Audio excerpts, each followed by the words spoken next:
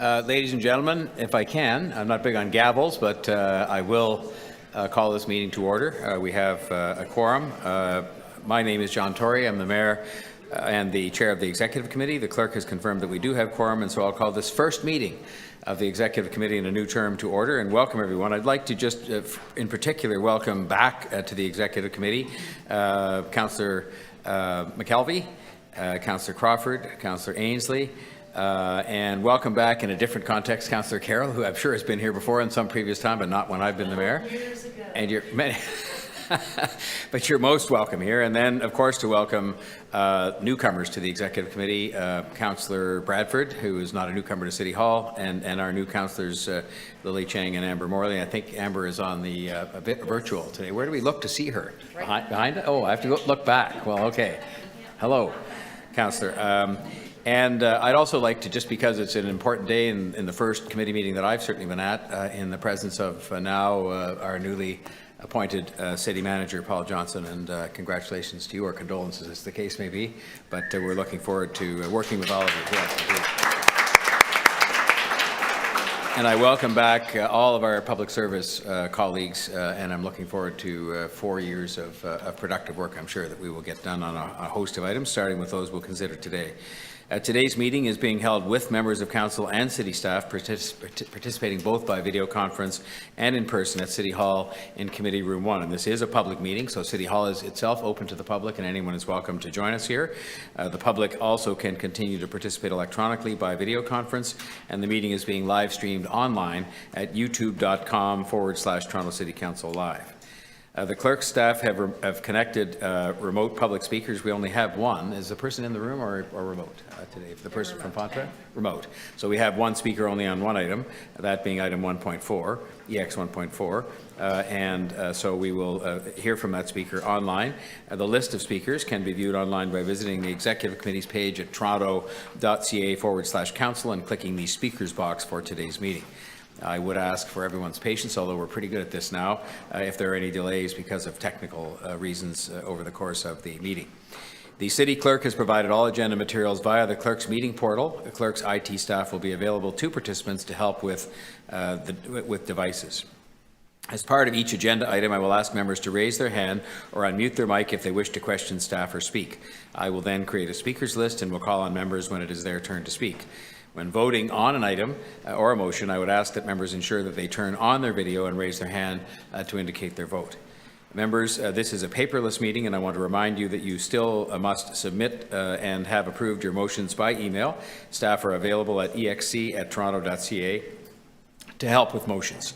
Although we're in different locations and meeting remotely today, the committee would like to acknowledge that the land we're meeting on is the traditional territory of many nations, including the Mississaugas of the Credit, the Anishinaabe, the Chippewa, the Haudenosaunee, and the Wendat peoples, and is now home to many diverse First Nations, Inuit, and Métis peoples. And we also acknowledge that Toronto is covered by Treaty 13 with the Mississaugas of the Credit. First, may I ask if there are any declarations of interest under the Municipal Conflict of Interest Act? Councillor Carroll. Mr. Mayor, I don't have a conflict, but I wonder, since we've done the land acknowledgement, if we could also acknowledge that today is the anniversary of the Montreal Massacre. That's very suitable, and thank you for reminding me. I just came back from the ceremony at Women's College Hospital, representing the city there with Councillor Sachs, and I meant to do exactly that, and you've reminded me. Thank you very much. Can we? I'd ask people to rise and just have a moment of silence for the 14 victims of the Montreal massacre at École Polytechnique, but also for all women who are victims of intimate partner violence and other forms of violence against women.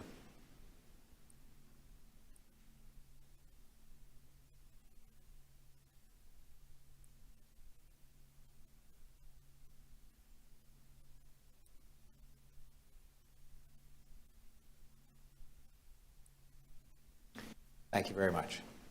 Thank you for reminding me, Councillor Carroll. I was thinking about that while I was at the ceremony. Pardon me.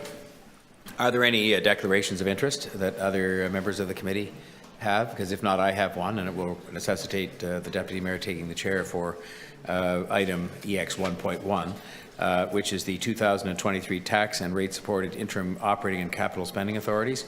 And out of an abundance of caution, because of my involvement with the Rogers family, which in turn is related to Rogers, which provides telephone and cellular services, wire services, and Wi-Fi services to the City of Toronto. Appendix 1 mentions expenditures in the Technology Services Division, and so I'll declare an interest in that regard, and I've got the appropriate form signed here that I can give to the clerk. Any other declarations of interest? All right, then what I will do is I'll go through the rundown, and when we get to item EX 1.1, I'll leave the chair and let the Deputy Mayor take us through that item. Before we begin the rundown, I would like to add an item of business, and the proposed item, which will be shown on the screen, is entitled Donation from Spin Master Limited to the City of Toronto. And maybe if we can just, there it is, up on the screen. It's coming from the Director of Strategic Partnerships. It's good news in that it is authorizing the Director of Strategic Partnerships to accept an in-kind donation from Spin Master in toys, $61,000, and this is for the disbursement to the city's Investing in Families program, youth-hosted events, and newcomer serving agencies. So it's a good news story, and what I'll do is I'll leave it over, and then people will have a chance to read it. If they have any issues with it, we can ask questions or discuss it later, or otherwise we can vote at that time. May I just, first of all, get it added to the agenda and ask for a motion to add it to the agenda, moved by Councillor Pasternak. All those in favour? Opposed? Carried. And I will hold this down so the clerk can make the item public online, and so we can just read it and make sure we're all comfortable with it. I would like to, I don't think there's any need to close the speakers list. We have just the one speaker, and so I think we can move forward and continue with the agenda review. So, looking at the item EX 1.1, the Deputy Mayor will chair. So I could turn that over to you now. If there's not going to be any questions or comments on that, this is setting the interim operating and capital spending authorities pending the budget. Is there anyone who's going to wish to ask questions on that? There are no deputations. Well, then I'll let you, if I may, Deputy Mayor.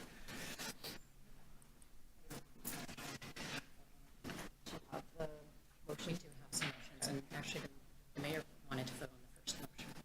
So should we do that? You can sit down. That's for the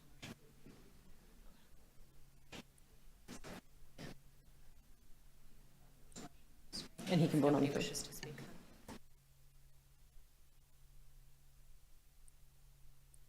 So you're in for this one. You can do this one? Yeah. Yeah. Okay. So City Council approved the 2023 tax and rate supported operating spending authorities totaling $7.488 billion as detailed by city program and agency in Appendix 1 attached, with the exception of any proposed budget allocation for items involving telecommunications. So we can do a recorded vote on this one. All those in favor of the motion before you, Councillor Bradford, Councillor Carroll, Councillor Chen, Deputy Mayor McKelvey, Councillor Crawford, Councillor Pasternak, Councillor Ainsley, and Councillor Morley. Any opposed? That item carries. And one more. Do one more.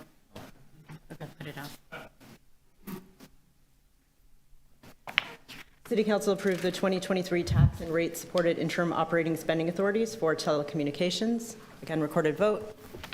All those in favor of the item before you, Councillor Bradford, Councillor Carroll, Councillor Chen, Deputy Mayor McKelvey, Councillor Crawford, Councillor Pasternak, and online Councillor Ainsley, Councillor Morley. That item carries unanimously. Now we're done. Yes. Thank you very much, Councillor McKelvey, Deputy Mayor McKelvey. Okay, on the rundown then, that would bring us to item EX 1.2, 2023 Interim Solid Waste Management Services Rates and Fees. Anybody want to hold that down? Okay, I will then move the recommendations that are contained in the report and call for a vote. All those in favor? Opposed? Carried. Item EX 1.3, 2023 Interim Water and Wastewater Consumption Rates and Service Fees. Are there any questions of staff or anybody wishing to comment or hold this item down? Otherwise, then I will ask for, I'll move the recommendations that are contained in the report and call for a vote. All those in favor? Opposed? Carried. Item EX 1.4 is being held down because we do have a deputant on that.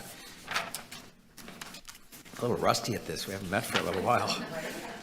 Item EX 1.5, employee talent retention and attraction, city planning. Anybody want to hold that down? Okay, if there are no questions or comments, I can then ask someone to move the staff recommendations. Moved by Councillor Bradford. And I'll call the question. All those in favor? Opposed? Carried. Item EX 1.6, capital variance report for the 9 months ended September 30th, 2022. Can I hold that? Yes, Questions? Councillor Carroll will hold that down for some questions of staff. Item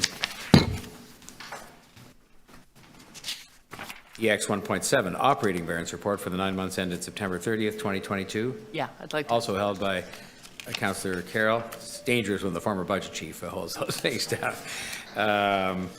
Item EX 1.8, allowing councillors who aren't running to maintain communication with constituents. Do I have it here? I'd like to speak to that. Oh, all right. If we could hold it? All right, because I have a motion as well, so we'll hold that down. And then the new item, I'm happy if people have looked at it adequately to have it dealt with now or to hold it down. This is the Spin Master Toys donation to the City of Toronto. It's just seeking authority to allow the Director of Strategic Partnerships, with our gratitude, to disperse the toys, accept them and disperse them as indicated. Anybody want to hold that down? Okay, well, if not, then I'll ask for someone to move the recommendation to authorize the Director. Councillor Carroll. Sorry, Deputy Mayor, Sorry, Councillor Ainsley. Did you want to hold that down? Can I speak to it quickly? Sure, by all means. Go ahead. Yeah, I just want to acknowledge Spin Master. You know, they're a great business success story here in Toronto for all the work they do. But more importantly, I would like to acknowledge the support that they give back to our community. We have this item before us today.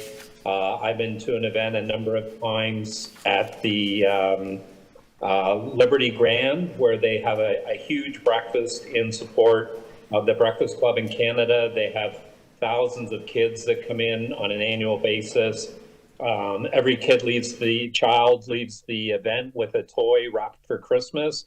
I would just like to acknowledge Spin Master for all the amazing work that they do supporting children across the city through their business success. Thank you. I want to thank you for those remarks, Councillor Ainsley, and concur in them. It is a great Toronto success story, Spin Master, and it's a globally known company and globally successful, employs a lot of people here, and they've stayed here, which I think is something that's very important. And so, yes, our gratitude goes out to them for this donation and to our city staff, who I'm sure helped to source it. I do notice that you seem to have got a larger office in this term of Councillor Ainsley. We'll have to talk to you about that after. All right, so we have the question ready then on item EX 1.9, which is the donation of the toys from Spin Master. I'm ready for the question if you are. All those in favor? Opposed? Carried. Okay, so that takes us back then, having dispensed with item 1.1, EX 1.1, and was there a 1.1A I think we dealt with at the same time. There, we move then to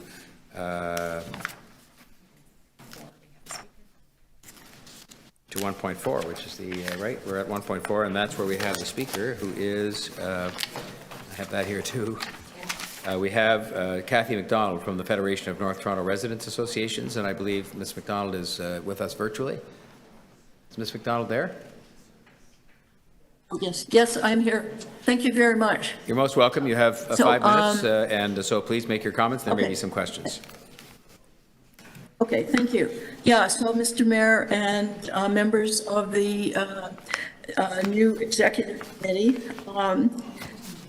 so FONTRA represents over 30 residents associations in the area, generally bounded by Shepherd, Don Valley Parkway, Bloor, and Bathurst.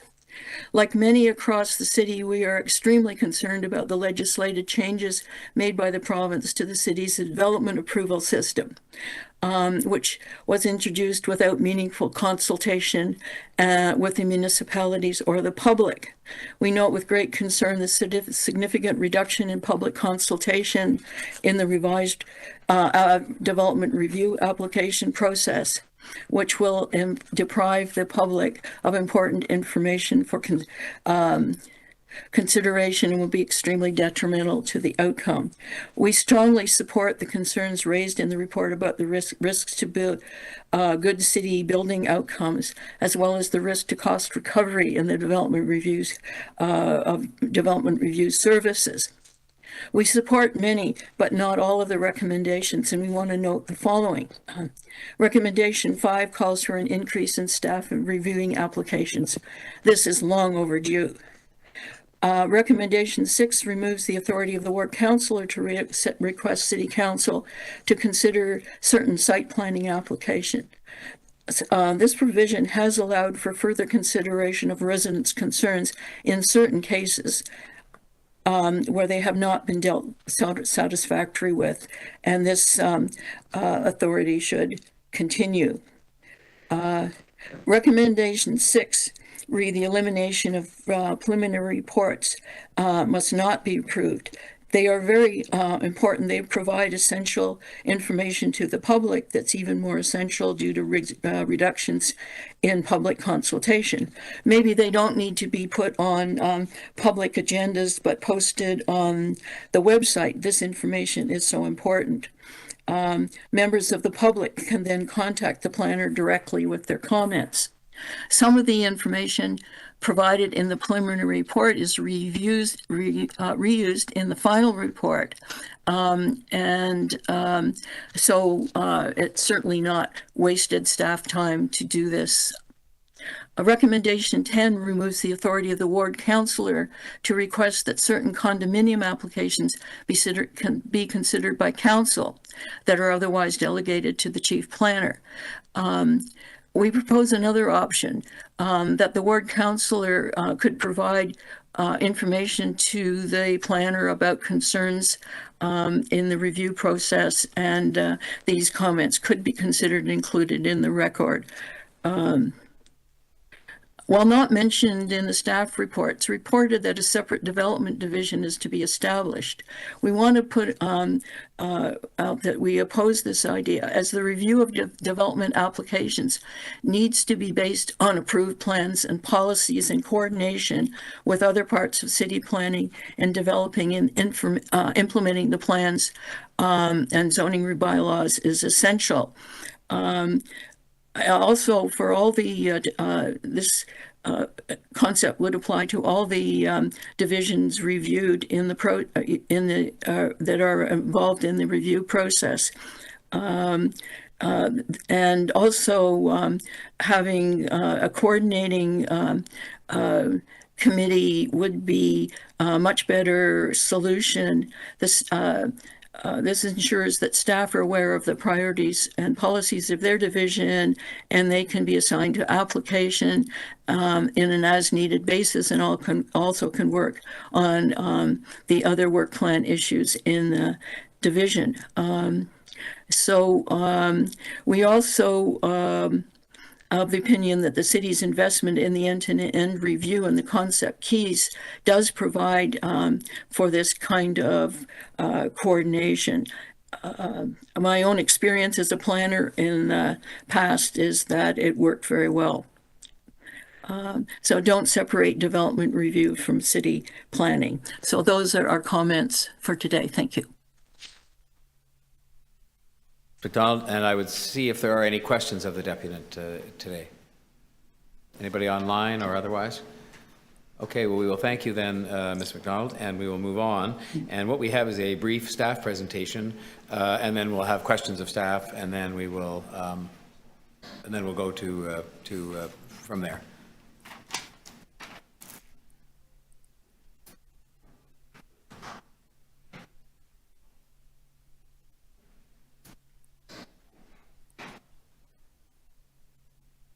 Thank you, Mr. Mayor and Executive Committee. Welcome back to the action. I'm Greg Linter, and I'm the Chief Planner and Executive Director of City Planning, and we're going to take you through a very brief presentation this afternoon on the report that's before you on Bill 109 implementation. First of all, I just want to stress in the first slide that the report before you is a three-part report, but overall we are dealing with the implementation of a piece of legislation from the province that was adopted last April 2022, and some of you I know are new, so it's important to understand that context, that we're still, even though there's been a lot of chat lately about Bill 23, we're working on a bill that was actually introduced last year. The heart of that bill is a timeline fee refund proposal, which would have the municipality refund certain fees filed for applications should certain decisions not be made according to the timelines. So we had a report before you, and this is coming back with what we're doing to implement that work. We also had a report in 2022 about standing up what we call the concept of keys operating model, the team-based approach for work. That was before Planning and Housing Committee as well last spring. We were requested to come back and give you an update on that. So we're kind of melding those two things because we know we have to come back for Bill 109, and we knew we had to come back and update you on where we're going with the staff teams. So the first part of this report is an approach to implementation that talks about right-sizing our staff complement. There's a staff ask, and really it's an envelope, a substantial increase to the complement across all development review divisions to support a team-based model. Secondly, we've got policy measures that are required to, on a technical level, actually make all this happen. And then thirdly, we're giving you a preview of certain near-term process improvements that we would like to make that we believe will improve actually and telescope the process and make the process be a little bit more efficient. I do want to stress key principle in all of this is that we do not want to sacrifice good city building outcomes and engagement at the expense of simply meeting timelines. We have to mitigate the risk, the financial risk of the city on the timelines, but we do not want to do that at the expense of good planning. Next slide, please.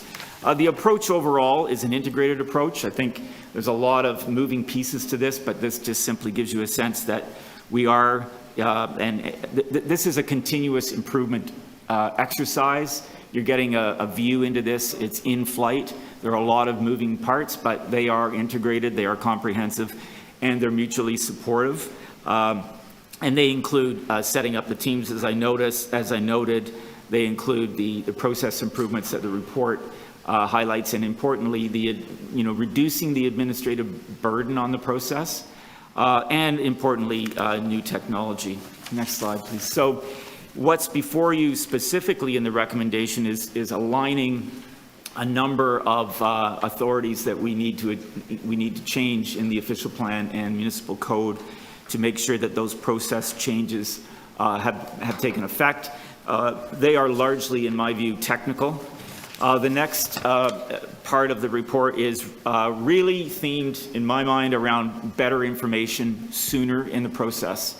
And I do take note of the deputant's concerns about engagement. We are equally concerned that we do not sacrifice opportunities for community consultation earlier in the process.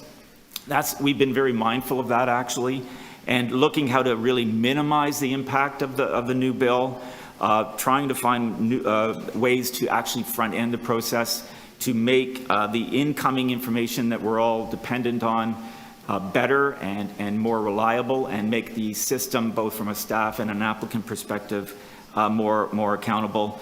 And actually find out from the public earlier in the process what their issues are, so that there aren't any surprises for councillors further down the road, that there aren't any surprises for staff further down the road. So that emphasis on front-ending is a big part of what we've tried to lay out in the report, and they include a previously endorsed amendment for mandatory pre-application consultation, or a PAC meeting, which comes into force in April 2023 and requires applicants to actually file a pre-application consultation with the city, which will become a much more transparent part of the process. And everybody will know when that information is made public upon the filing of a complete application. We are refreshing all of the apparatus around complete applications so we can rely on the information that's been submitted. We have historically had something called STAR timelines, which are really some rather arbitrary timelines that were selected many years ago that have frankly become meaningless. And they are being replaced by the legislative timelines that we have to measure ourselves against. We do note in the report that we have historically used preliminary reports. I'll note that we wrote 157 preliminary reports in 6 months in 2022. That's a lot of paper, a lot of staff time, and we feel not necessary. If we can front end the process more, use our application information center, which is online, make sure that we engage the public earlier in the process, which is about almost automating community consultation meetings so that they happen much earlier in the process, and finally implementing legislative change for site plan approval. This graphic finally just gives you a snapshot glance at what we feel are important changes around, actually, as I said earlier, better information sooner in the process, so having mandatory pre-application consultation, making sure that we have posted publicly what we've been talking to applicants about so that everybody knows information and issues have been disclosed, which is what we end up doing in a preliminary report today, but sometimes weeks or months later, much, much later in the process. We've had preliminary reports that are 200 days after applications have been filed, and that, in my mind, serves nobody's interest in terms of a more efficient and effective process. And then getting out the door earlier with a community consultation meeting so that councillors and applicants and staff are aware sooner about what those community issues are that need to be resolved in the planning process. And again, this just gives you a sense of how we're trying to telescope it. This won't land perfection in terms of the timelines, because the timelines, and I've noted this publicly in the past, are extremely onerous and punitive. They bear no resemblance to some of our best practices here at the city. But in any event, we have those timelines, and we have to work toward those timelines.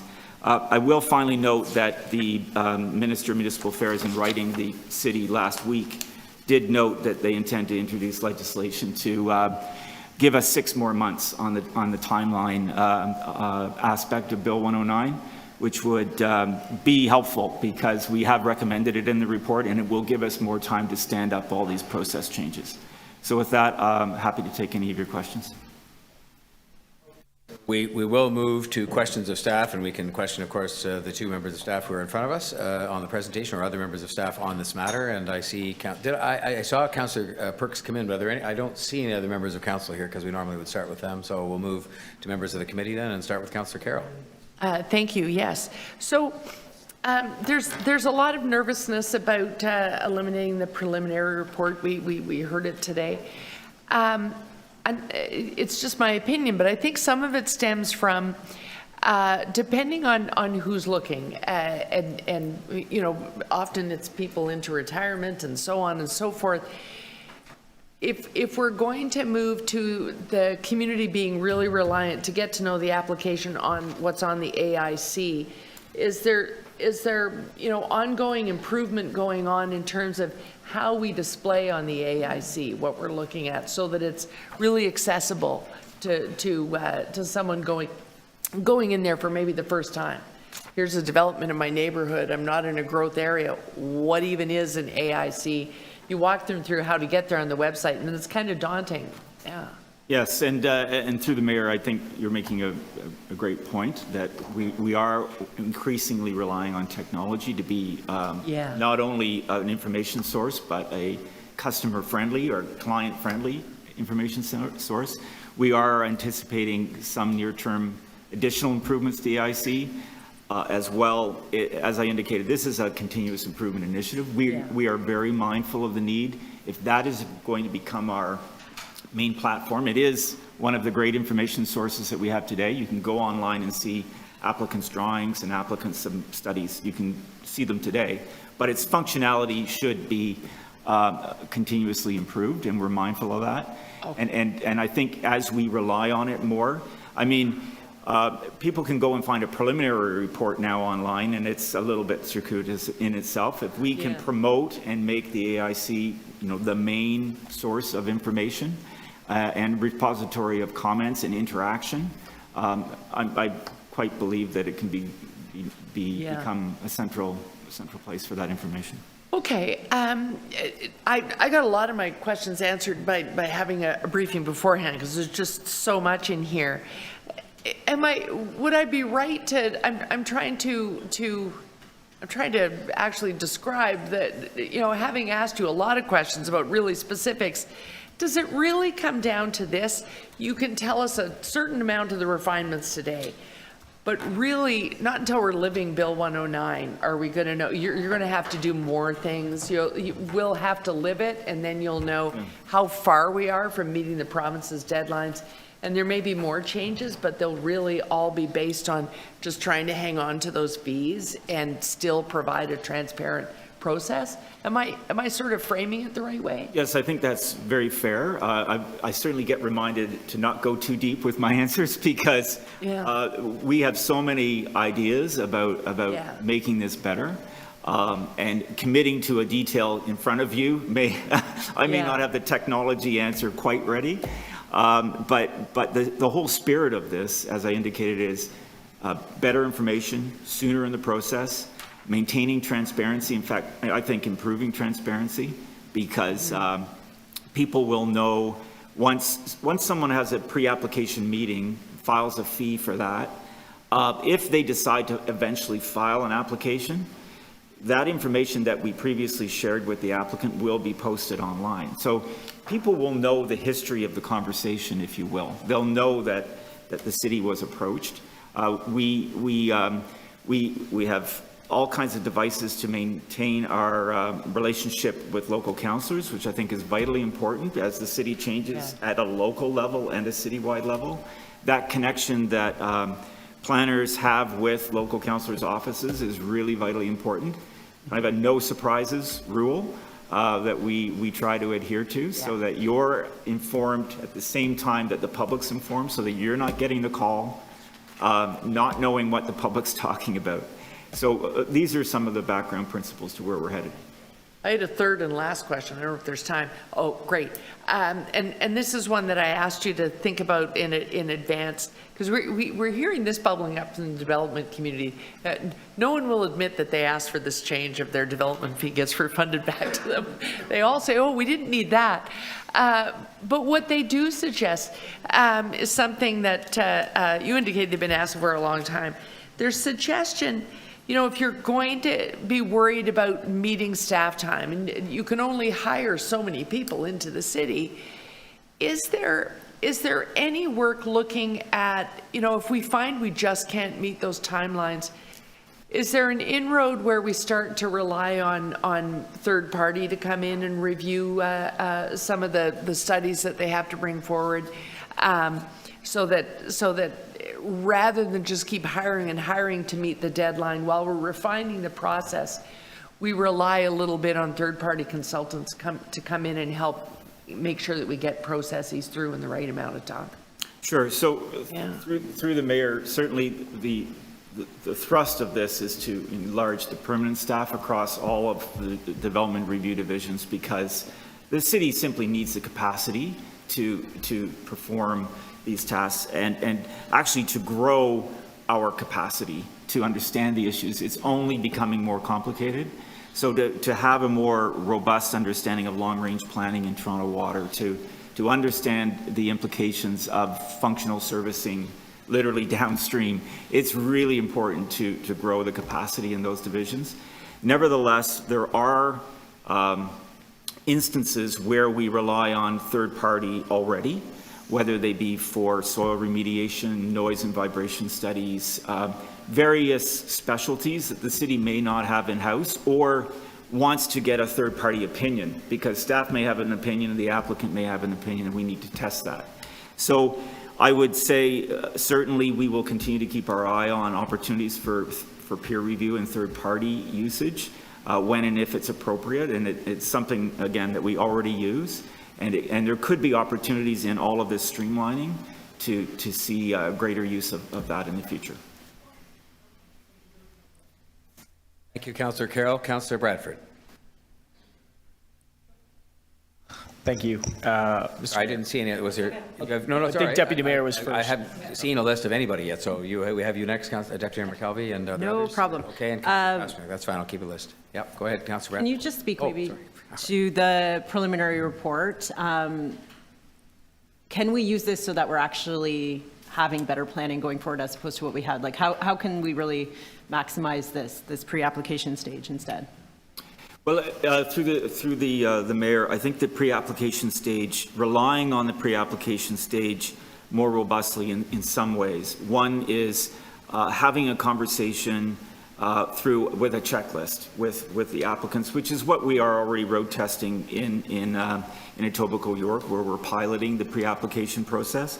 So having a checklist, having new and improved application requirements, which we're working through. So the definition and the terms of reference of all these materials that are submitted, having greater clarity on the quality of that information, so that when the information does finally come in an application, there is enough there for staff to understand the issues and to review the applications.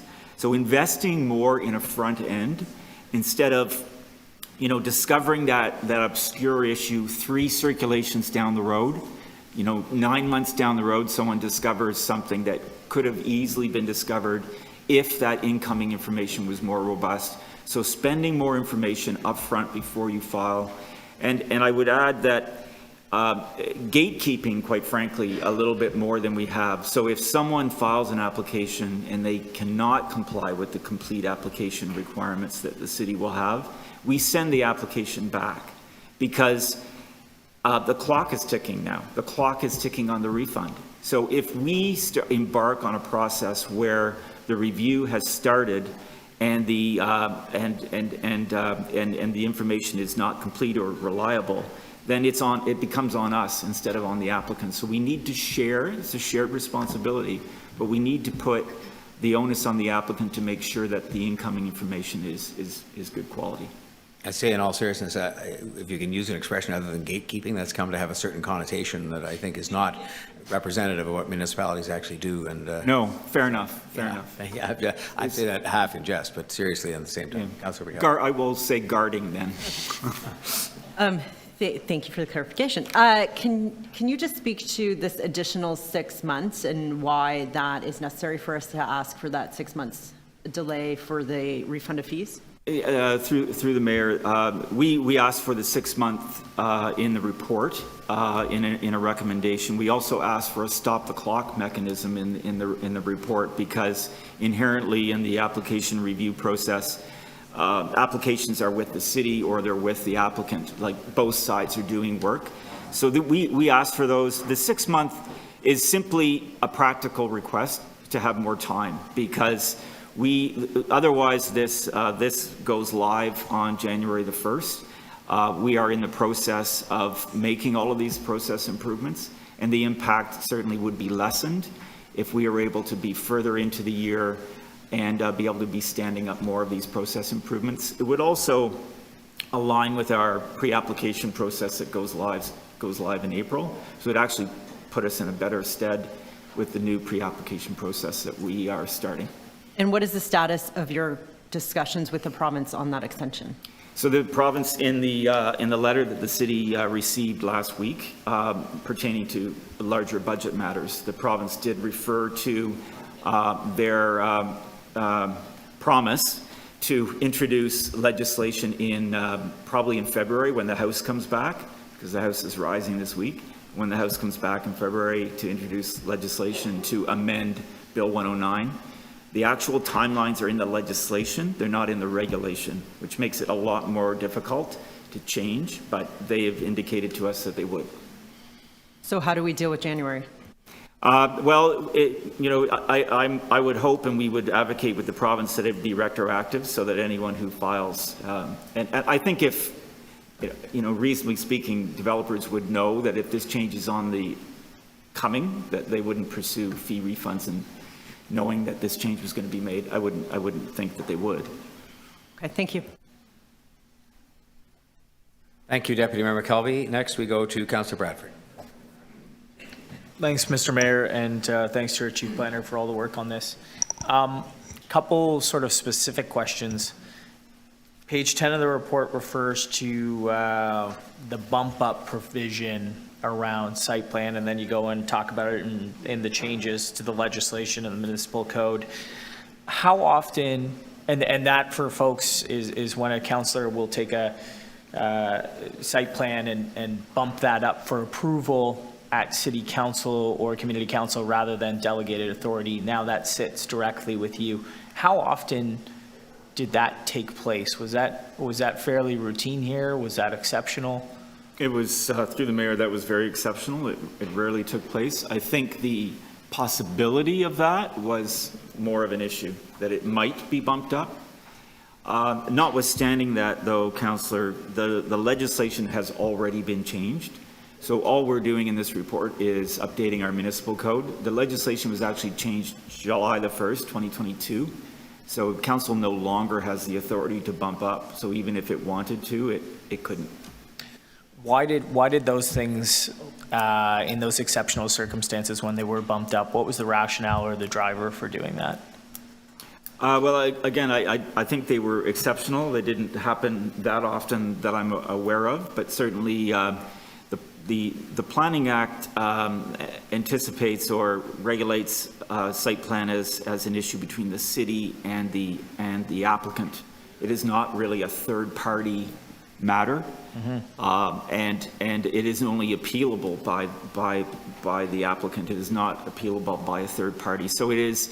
I think the intent of site plan has always been that it's not a public process, and I think there have been, development is complicated in Toronto. There are a lot of interests around site plan and the details. Details are important. I get that, but having that in a public forum is not permitted, really, or intended, I will say, by the Planning Act. And sometimes the practice was to put that level of detail in front of the public when really it's not a public matter. So maybe a good change. Just my view. I want to talk about the staffing allocation because that's actually what a lot of this is about, and it's very interesting. 150 new bodies, that's fantastic. How did we determine the allocation of where those, so page 19, you got the table in there. How did we determine the allocation of where those new FTEs, permanent staff positions, were going to be? So 74 in planning, 5 in ECS, Parks is getting a bunch there.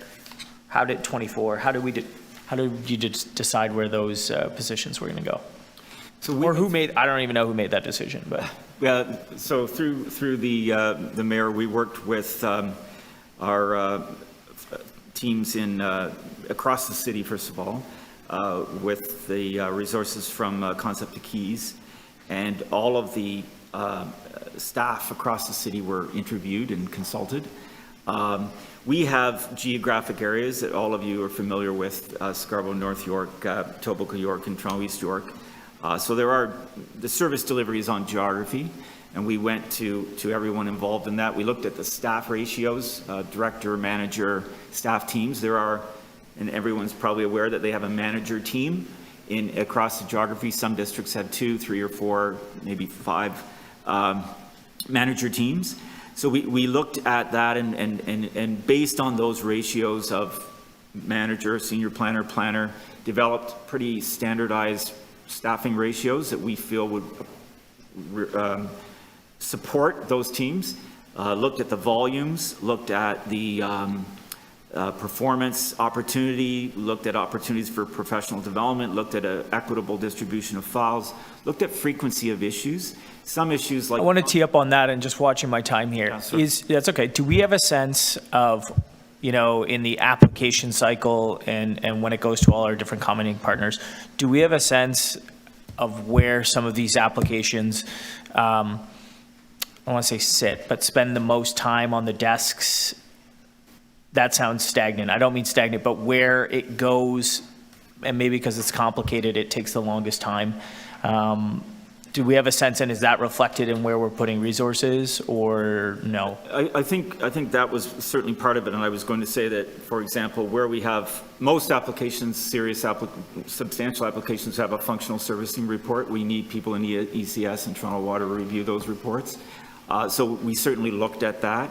The vacancy rates in the various divisions, to be honest with you, have been problematic. So that has slowed down response times. And my last question, if you can just give me 2 seconds here. On that, is there a people and equity component here? 150 new staff across divisions, that's a big hiring lift. That's a lot. We know how long it takes, and we know the vacancies we're up against. Is there a people and equity HR piece here to help us deliver those new talented individuals? Yes, I mean, I'm not going to sit here and promise it's going to happen by January 31st. It is not going to happen by January 31st. It is a substantial amount of work that will play out over the course of the year.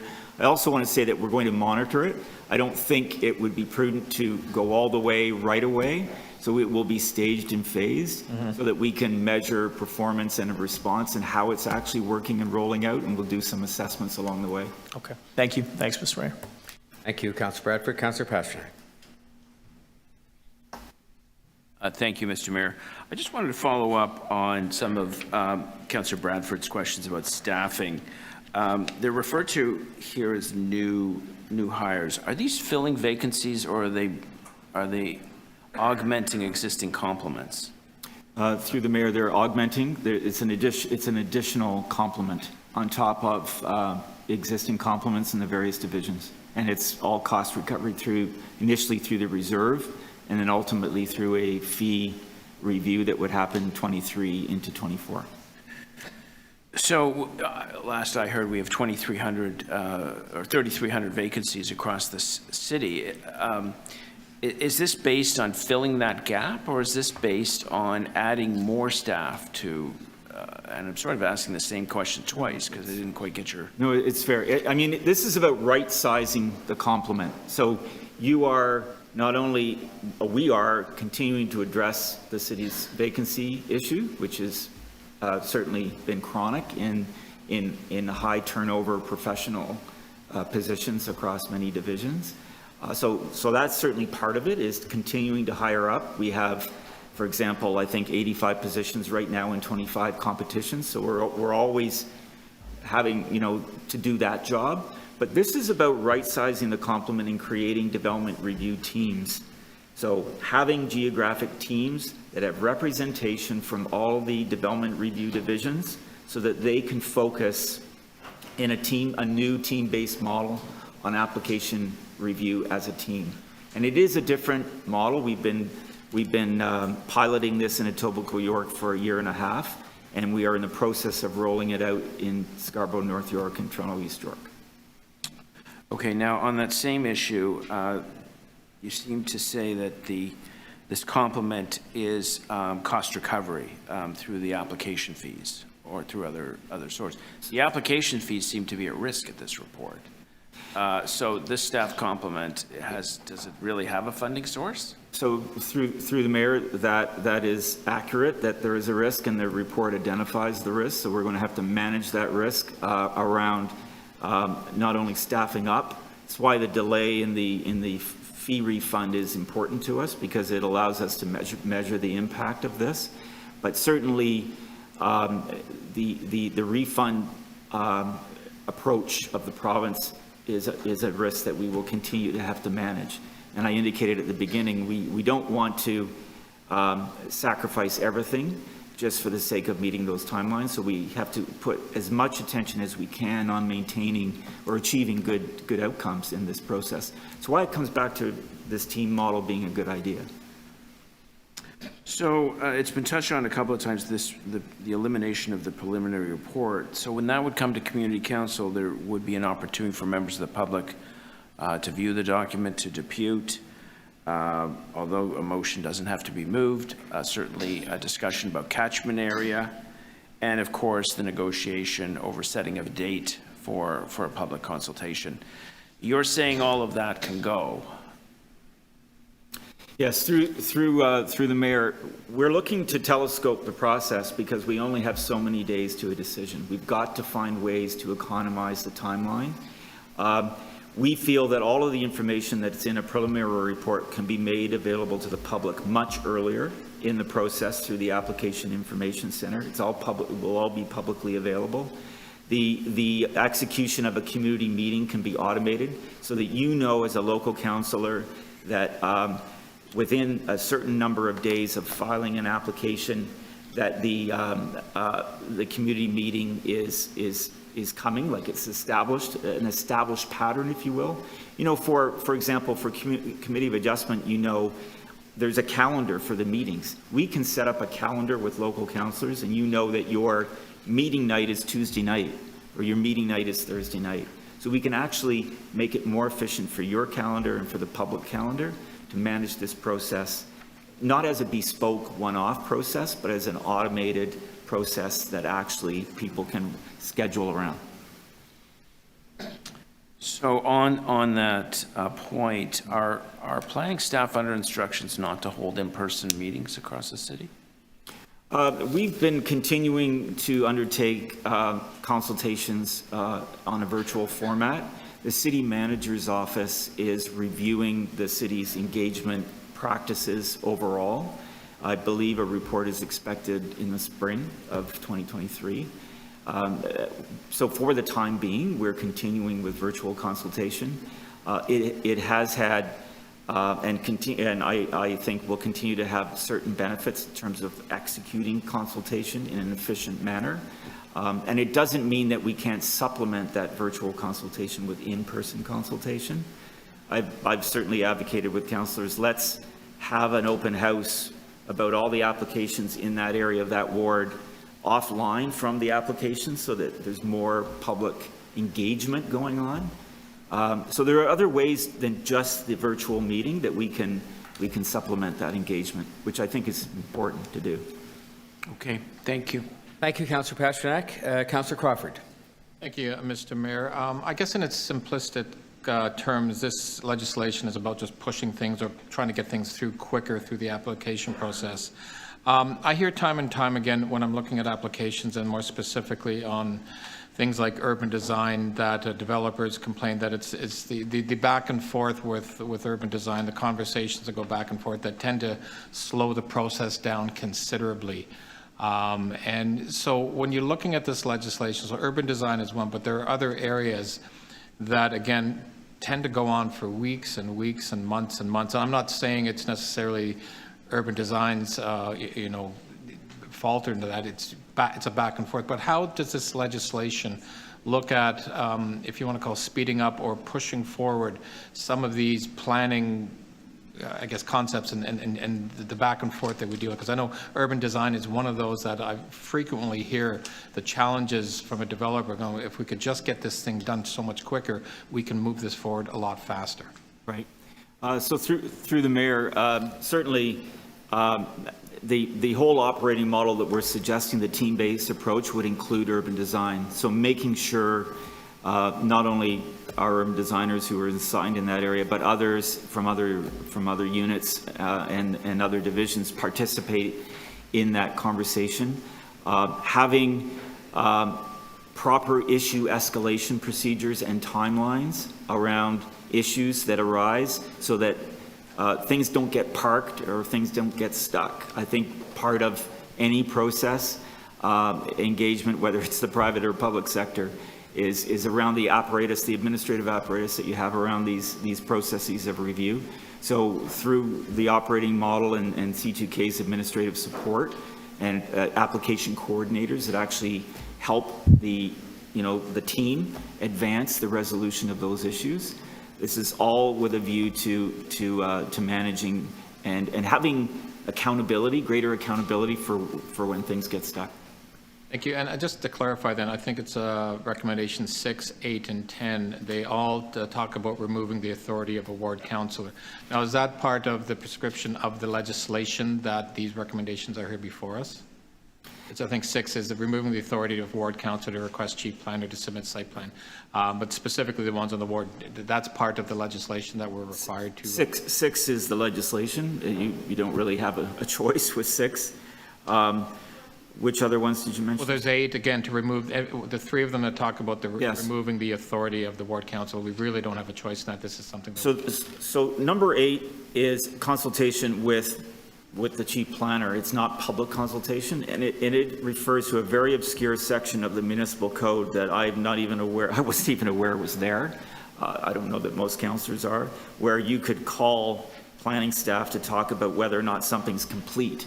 And it's redundant. It's not a conversation that I'm aware has ever been had with a councillor. We're looking at a complete application checklist to make sure that all the studies and drawings have been Okay, filed. so that's the reason why it's actually here is it's redundant as opposed to.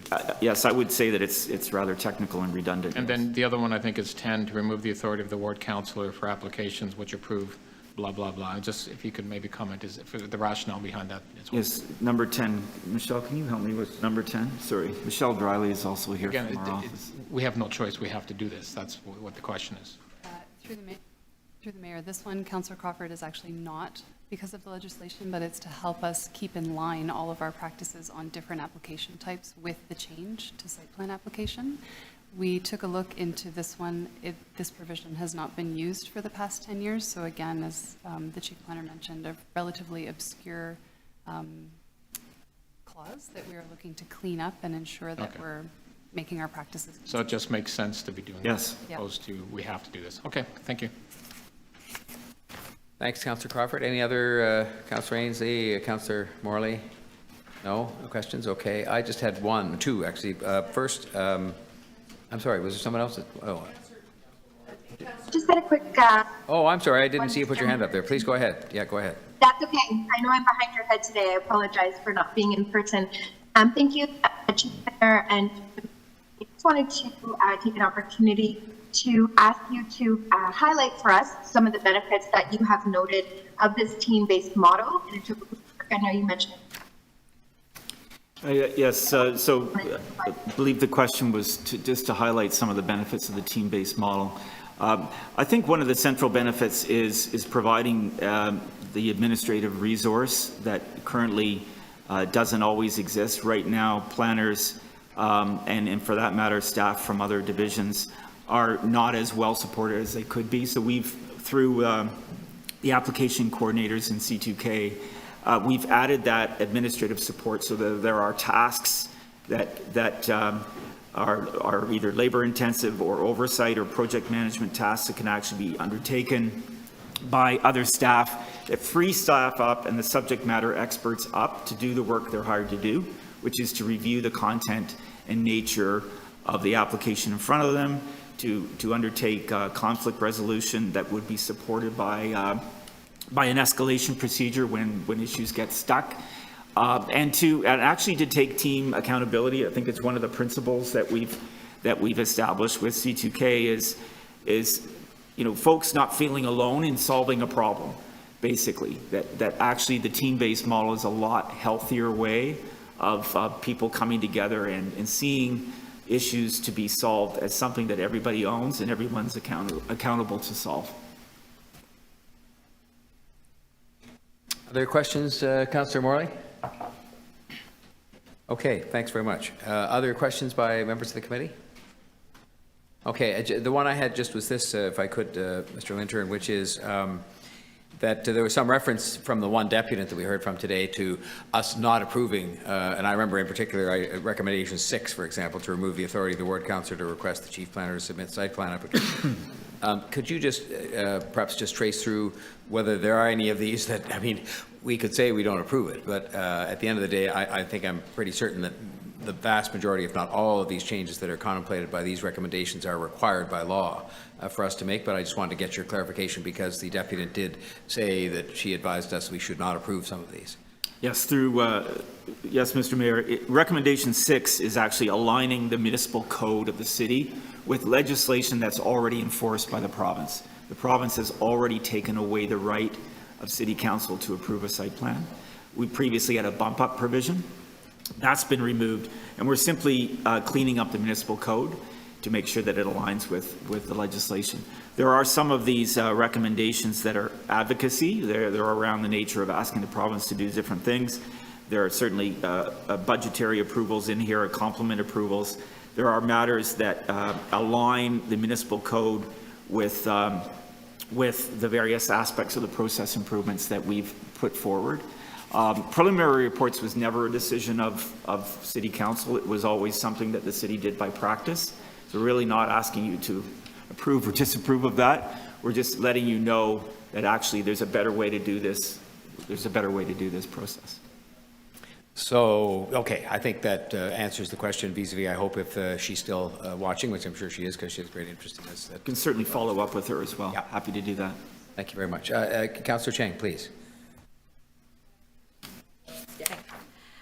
So I think what she was saying was that not that the site plan needed to go to approval, but would still be made available in some way. So the way this is written, it's not clear if the site plan would then still be made available to everyone. Yes, so that's, thank you, through the mayor, that's a important clarification, that the site plan, we are actually introducing, because of the legislation, complete application requirements for site plan.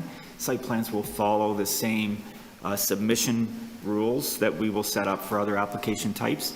They are posted on AIC currently on the application, so they are public information. Certainly anyone looking at AIC who sees a site plan, has a question, planner's name will be there, councillor can phone the planner, or there's still that kind of touch point that will exist and will continue to exist in the future. So if you see a building that's been approved in your neighborhood, but now it's going through the site plan, you can look it up, look at the drawings, see what's going to happen, phone the planner. There's nothing preventing people from having that discourse, certainly. Thank you. Welcome. Any other questions of staff?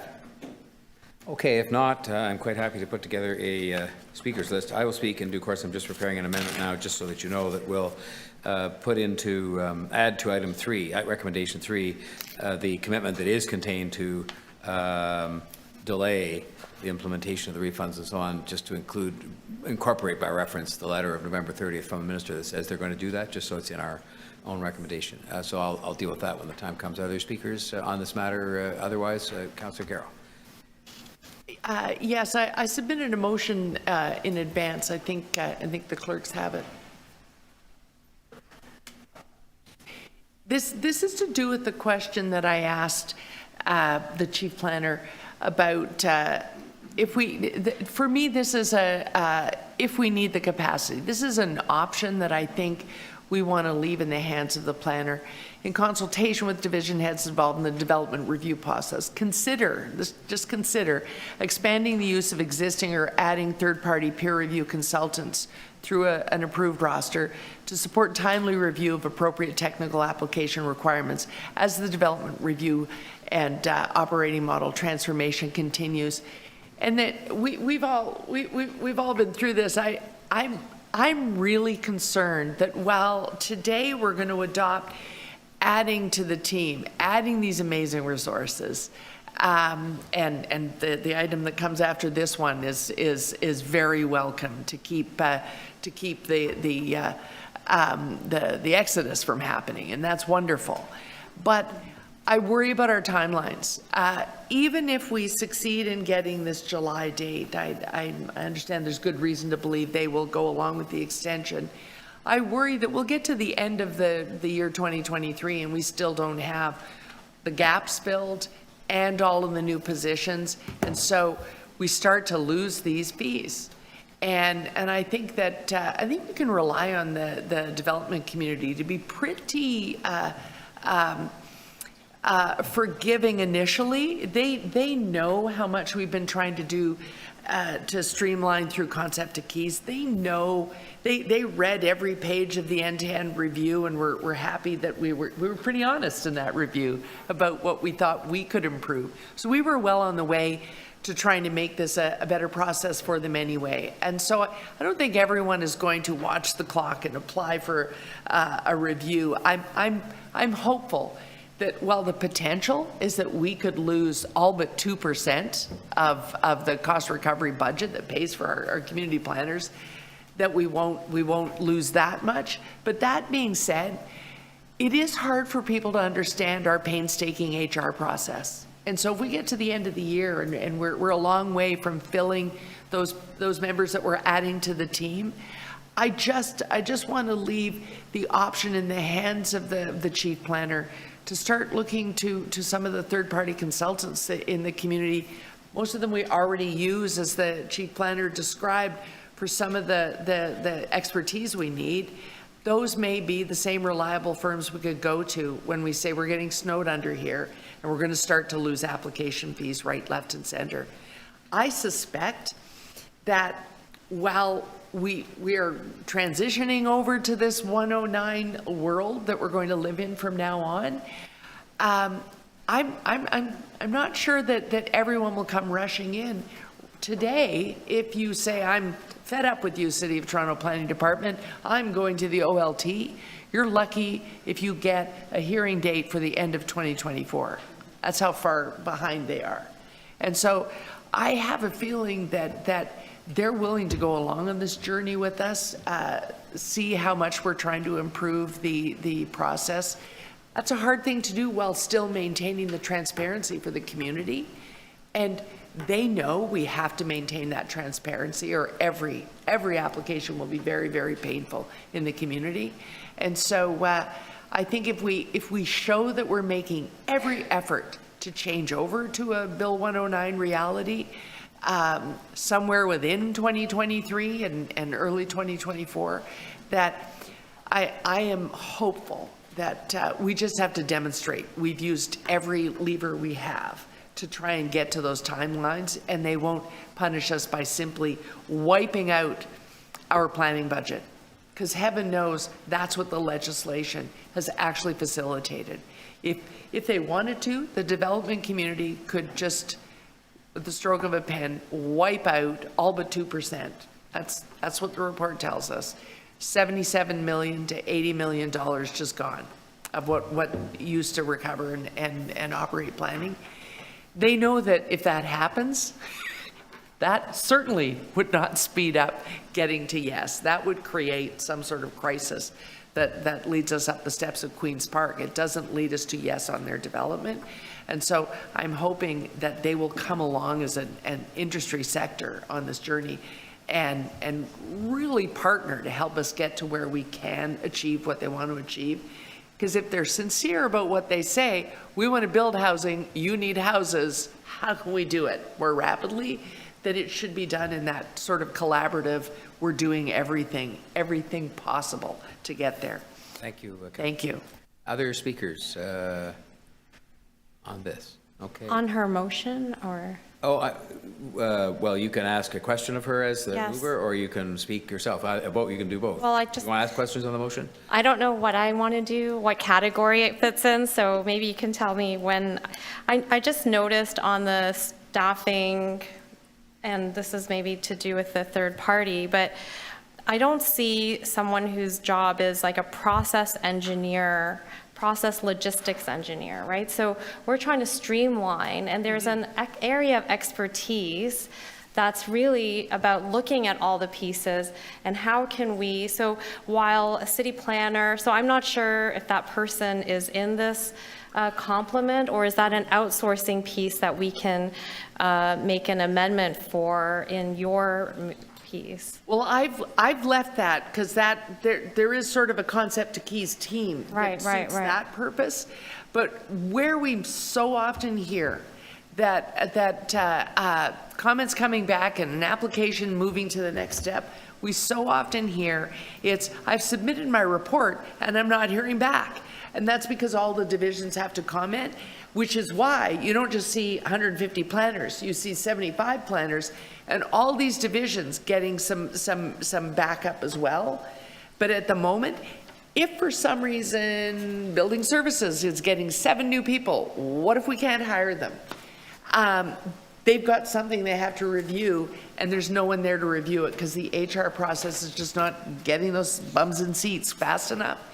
There are people out there in the private sector that could review it for us and then hand it back to planning, and they're taking a quick look at that review. So it's a slightly different function than a process person. It speaks to those many research and engineering studies that the planner hands in, and the most onerous part of the process is someone now has to check their study for its validity. And that's what all those bodies are being hired to do. And if we don't get them hired, the consultant firms, I'm thinking, you know, the many, the MMMs and those types of firms could do that review for us in the short term. You just need the capacity to be able to call on them without calling a council meeting to again say, hey, I need to hire a consultant. Yeah. Any other questions? Yeah. Councillor Shane? Of the mover? So in that, if we needed somebody a consultant to review the gaps and figure out from a process, would that piece already exist somewhere in the city? I see what you're saying, yes. To me, that is planning. This report is their review of their gaps and where they need them. So what we heard the chief planner say today is it's really important that planning continues to be the overview and have the grasp of the whole process and understand what does Toronto Water need, what does Parks need, what are all those people need. They need to understand that stuff. So that's why they're the overseer of the process. But it's the technical review. Sometimes something's sitting in somebody's basket because for 8 weeks, nobody has time to do the technical review. And that's a big logjam. Yeah. Councillors Chang and Carroll, are there any other questions of the mover or, okay, those wishing to speak? Councillor Bradford? I'll just be very quick and wanted to just offer thanks to our chief planner and everybody involved in this significant piece of heavy lifting here and organizational transformation. This hit our desk back in April of last year, and perhaps it was telegraphing a little bit from the province on the direction that they were headed.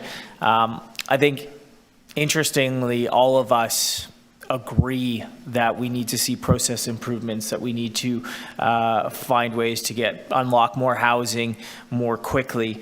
But thematically and consistently, we're seeing with the legislation that comes down from a pond up the street at Queen's Park there, notionally a lot of good ideas, but sometimes the execution can be a little bit rough.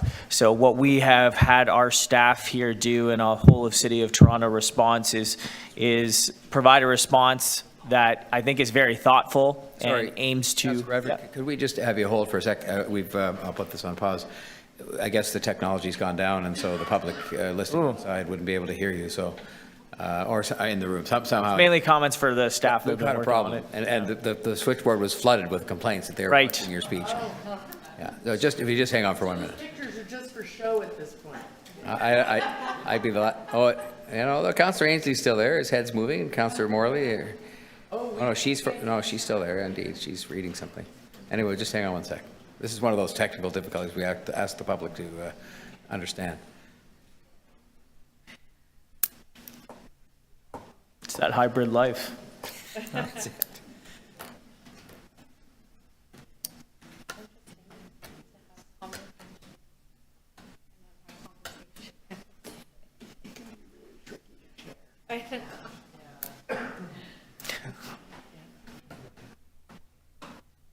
We okay? We're okay. We can resume. I mean, it's really it. The legislation comes, whether it's 109 or now 23, and notionally the idea of unlocking more housing, getting more housing faster, more affordable housing. We're all in principle in agreement of that, and we all want to see that actually quite desperately.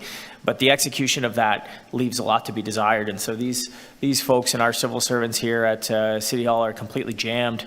The 90-day turnaround, while that sounds appealing, it is unprecedented in the North American context for the amount of review that goes into this. And then you consider the Toronto complexity of it. And I know our peers from across the province don't like to hear it, but Toronto is a unique beast. And our applications are very complicated. There's a lot of complexity. There are, in some instances, hundreds of stakeholders. And that input, should not be dismissed. It should not be written off. It is important in achieving better outcomes.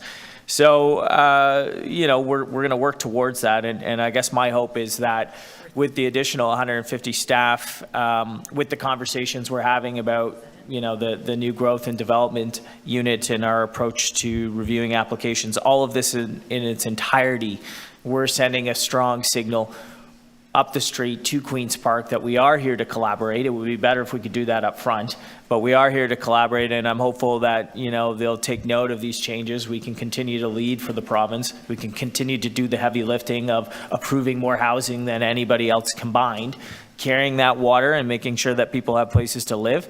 And hopefully, that is reciprocated with a cooperative approach to the legislation and the policy governing planning and housing here in the city. And we can do better on landing this stuff together before we get ourselves jammed and in a mess where we have to fix it afterwards. So kudos, tip of the cap to the team here for this work, and looking forward to seeing you guys roll it out in this thoughtful and phased approach. Thank you. Thanks, Councillor Bradford. Others wishing to speak? I don't see anybody on the screen or in the room. Okay, well then I will just speak, and I have a motion here, which if the clerk could put it up, we'd appreciate that. And it really, just as I mentioned earlier on, adds language in that would acknowledge a commitment to not require these refunds based on commitments that were contained in the letter, the famous letter from the minister to myself dated November 30th, 2022, which dealt with a number of matters, some more to our satisfaction than others. So I'll leave that and just say this, really just following on the comments of Councillor Bradford. First of all, I want to thank the staff. I mean, I just think that the burden that has been placed on the staff, the entire team, as a result of all of these changes, some of which we haven't even begun to really try to deal with yet, is extraordinary, and I want to say thank you for that. And the fact that we could have these recommendations here today, and that you can have a plan to hire and to do the things necessary to have the complement available to us is commendable at least, and more. I would just say, I was repeating as recently as yesterday in Ottawa, dealing with all the other big city mayors from across the country, that we are absolutely 100%, as Councillor Bradford just said, right at the front of the line when it comes to being partners with the province and with the Government of Canada in building more houses faster. I've said to the Premier, I've said it to the Prime Minister, I've said it to the ministers, that we will be at the front of the lineup in terms of those who will be most productive in terms of getting these targets met that we need to meet in order to address both the social and economic measures. But, and I acknowledge what Councillor Bradford said, and I say it all the time, and sort of usually I apologize in advance. I know you hate to hear this coming from the Mayor of Toronto, but, and then explain how we're a bit different and how things are a bit more complex. I don't think that can be used as an excuse, though, for us not to get some of the complexities that are perhaps unique to our applications here out of the system or made better. And that, of course, is what the new division is going to do, and I hope in the spirit of doing some of this, even though we were mandated to do it, that we can find ways in which we can reduce some of those complexities, albeit that our challenge here is bigger, given that we're a highly developed large urban area. I think, though, the other part of this that we just have to, and I want to just use this opportunity to send a message again, that when you get these kinds of things that are dictated without consultation, in this case, I think, again, it's fair to say that the consultation is taking place, and thankfully we've got some recommendations in here that ask them to follow through, but it's taking place after the fact. And I find it stunning, quite frankly, that I was a partner in a law firm. And when you're a partner, you talk with your partners about the things you're going to do together and ways you can improve the process together. You don't talk with them after you make a decision. And I just think that that in addition to that being inconsistent with partnership, it doesn't produce the best public policy, because you are mandating and imposing things on people who might actually know a little more about some of the complexities, to use that word that was already used, of their own situation. And I think you might get better public policy if there was real consultation that took place among partners. Because I think if there is one area right now in government where we actually are partners and we absolutely positively share the same objectives, it is in building more housing faster. There are differences in the kinds of housing, I think, that we want to build, and we don't consider a unit to be a unit to be a unit. We have some other things that we're trying to achieve, and again, maybe that's unique to Toronto. I don't think so, having listened to other mayors from around the country talk over the past 24 hours. I think policy on the fly, policy that is made without consultation, is usually not good policy, and or at least it can be better. And I think in this case, it's certainly true of Bill 109, and we're now, well, I'll say fixing some of those things after the fact, but in Bill 23, it is just unreal that the things that were proposed to be done were done. And I just think that what people will thank us for is not just getting houses built in future years, 20, 30 years from now, but doing it properly within the context of continuing to build a great city. So if I had words that I would offer, it would be in respect of legislation like this: consult, consult, consult, not to death and not for months and years at a time, but at least sit down and have the spirit of partnership necessary to listen to things that we and the other cities have to say. Because I can tell you the disquiet and the discontent and the frustration with Bill 23 in particular is shared across the board when I've met both with the big city mayors from Ontario and with the big city mayors from Ontario that were at the big city mayors from Canada.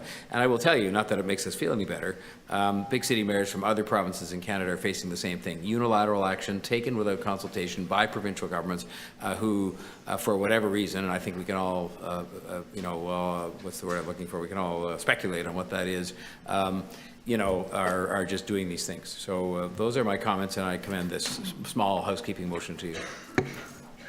Any other speakers? Hearing none, then I think we're ready to, first of all, we'll vote on this one motion. That's the one that I put forward. So I would move that, and if there's no other comments, call the question on this motion to make this small technical amendment to recommendation 3. All those in favor? Opposed? Carried. And then on the item, I'll ask, I beg your pardon? I apologize, Councillor Carroll. That motion is in front of you now, or it soon will be. You putting that up? There it is. Okay. Councillor Carroll's motion, my apologies. And I'll call the question on that motion. All those in favor?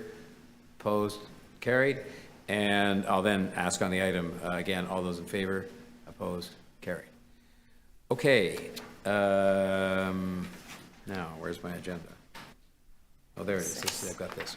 We go next to the EX 1.6, the capital variance report for the 9 months ended September 30th, and it was held down for questions by Councillor Carroll. Yes, and now I'm going to have to find the page it's on. I can probably get there pretty quickly. It's, first of all, I must say, really enjoying getting this in sort of a KPI format with the yellow, green, red. Really happy to see that.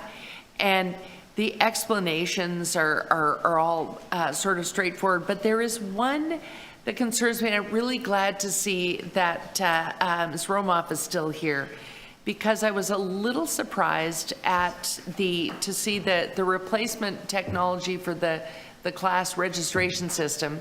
I know about the problems right off the bat where we had to go through the retender, but now we have a proponent, but it's still saying we're going to see this lovely new registration system in 2026. So through the mayor, to Councillor Carroll, we will be bringing a report on the negotiation of that contract to the appropriate committee and then through City Council scheduled for March. The implementation strategy is, you're correct, looking at 2026, but as we work through the negotiation, we'll certainly see if there's any components of that can be sped up a little bit. As you know, it's a very comprehensive system, and the implementation will be a very comprehensive implementation as well, with a lot of change management that goes into it. But we can do a full update when that report comes forward on that strategy. And what's the timing on that again? Sorry, I missed that. March. Oh, March of this quarter. That's oh, correct. okay. Thank you. And good news. There's a big red square in front of Adenana-Wasena Center, but I still see March 2023. So sometimes the KPI makes your blood pressure skyrocket, and then you read the comments. And that's sort of what we thought, so I'm happy to see that. All right, Councillor Carroll, are we having a problem again with the technology? Okay, sorry, go ahead, Councillor Carroll. Okay. That was my only question in capital. I'm good, yeah. All right, I didn't have anybody else lined up to speak. Are there any other questions on the variance report for capital for the period ended September 30th, 2022? Okay, well, if not, then I'll ask that the recommendations be moved by Councillor Carroll. I'll call the question. All those in favor? Opposed? Carried. That brings us next, also held down by Councillor Carroll, but I have Councillor Carroll. I have Captain Carroll. I have a question or two as well, but EX 1.7, the operating variance report for 9 months ended September 30th, 2022. Oops, I'm really just zeroing in on one thing here as well. I note that for transportation in operating, you know, we're probably coming to a shortfall here, and that outrageous storm in January is a big part of it. But I'm concerned because where we end up at the year end is pretty much the price tag of that storm is the amount that we're out in transportation. And we usually deal with the impact of storms after they've happened. So I'm asking, before the big storm of 2023, are we any better prepared for it this year from the operating sense? And if we're not, do you have a winter reserve to draw on? Is there a healthy balance there? Because the Farmer's Almanac says we're having a snowy winter. Through the mayor to Councillor Carroll, we do have a reserve, and in fact, we have about $19 million in the reserve fund available for 2023. So okay. We have been preparing for that, and it's true that the big January 17th winter storm had a significant impact on our operating budget. I mean, typically, we plan over a series of years, and we don't typically exceed our winter maintenance budget, but there are those years that like we did in with the significant amount of snow removal that we had to do in 2022, where we did. Okay, so we have to get to the end. Well, we're almost at the end of this year. To get through this month, and then the early part of the year, we have built into the budget a normal amount of winter maintenance budget, and then the reserve on top of that. So if we had, say we had a series of $8 million storms instead of we had one big $20 million storm, between the reserve and what's built into the operating budget as it is for winter maintenance, you're feeling more confident this year? Yeah, yes, and through the mayor to Councillor Carroll, we actually have an increase in our winter maintenance. Remember, we have the new contract starting this year. So for 2023 and on, we do have a little more capacity. We have a different level of activation with our new contract. And again, you know, not being able to predict, certainly we have, you know, technology to help us sort out the weather, but in terms of what that's going to result in for 2023, we'd rather have a series of small storms than another big one, but we're prepared for whatever comes our way. Okay, perfect. Thank you. Those are my questions. I like the general drift of this discussion, which assumes we either have to have a series of smaller storms or a big one, but maybe you'd like to. I think I heard that we're getting a piece of technology that can actually direct and control the weather. So that would be awesome. That's what I heard. And predicted better. I think that's what I heard. Anyway. I've been asking. Nice positive I've been thinking. asking for one for some nice time. Positive thinking. Deputy Mayor McKelvey has questions. Thank you, Mr. Mayor. So this report came out last week, and then we received the letter from the Minister, Steve Clark, and it did talk about some relief funding there. Will we receive that? Are we still waiting on things from other levels of government? What's the status of that? And will this report have an appendix to it next week if needed to update these numbers?